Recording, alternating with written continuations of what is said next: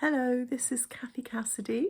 I hope you've had a lovely weekend, and I'm here to read you chapter 6 of my story, Snowflakes and Wishes, which we kind of left on a bit of a cliffhanger on Friday. So yeah, I hope you're enjoying it and I hope you're following it. I kind of don't want to show you the picture at the top of the chapter because it's a bit of a spoiler, but I'm going to show you anyway. Chapter 6.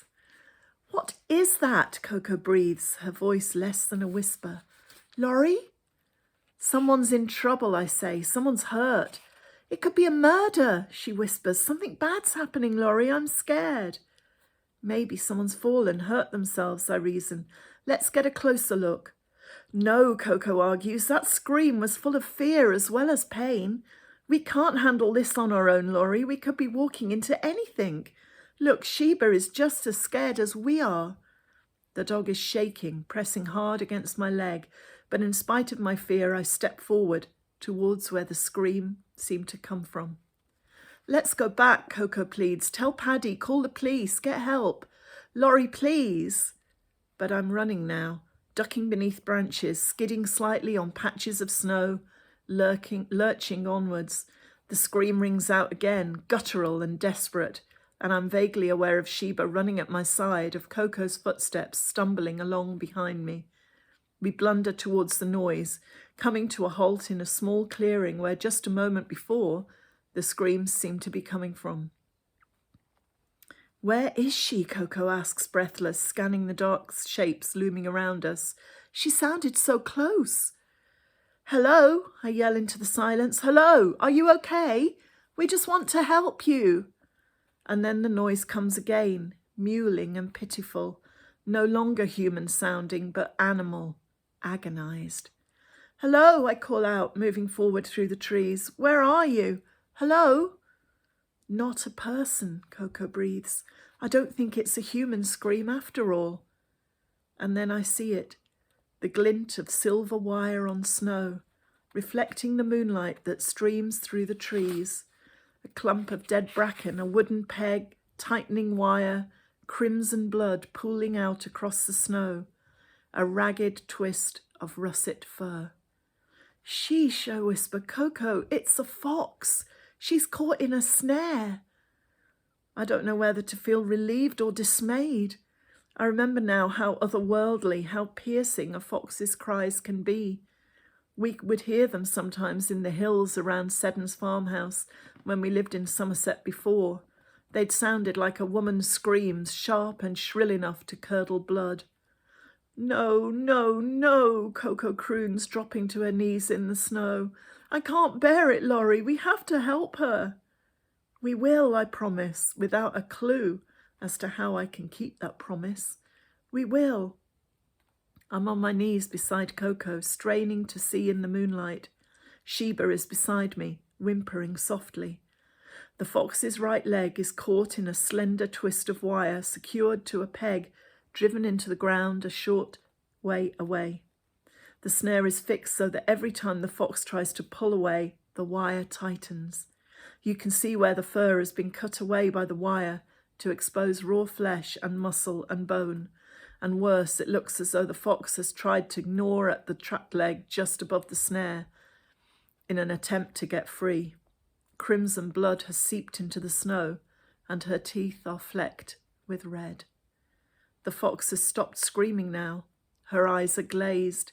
I think she must be almost spent, her spirit fading fast. Tears sting my eyes, and I don't care anymore whether boys are supposed to cry. I want to help, but I think we're too late. This was not the way I wanted my new year to start. I reach out, fingers shaking, but the minute I touch the fox's leg, she jerks and yelps, convulsing with pain, and this just pulls the snare tighter than ever. I can barely see the wire at all now.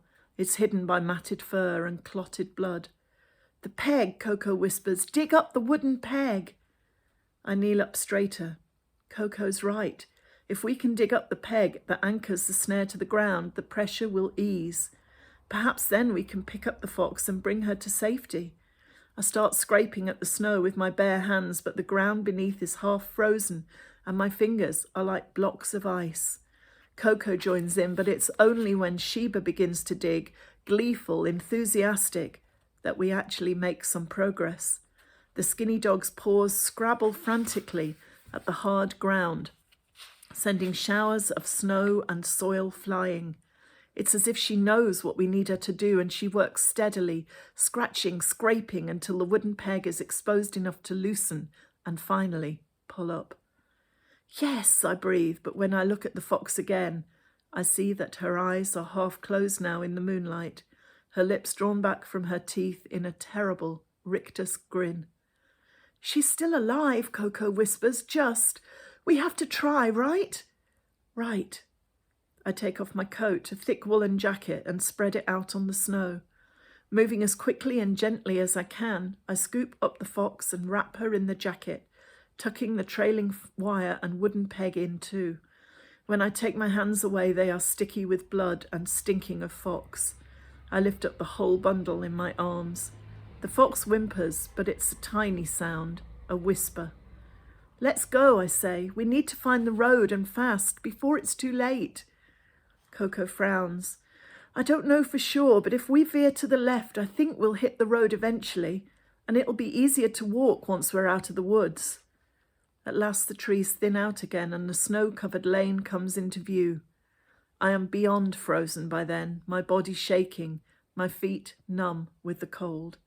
My arms ache from carrying the fox bundle, and I don't know how much further I can go.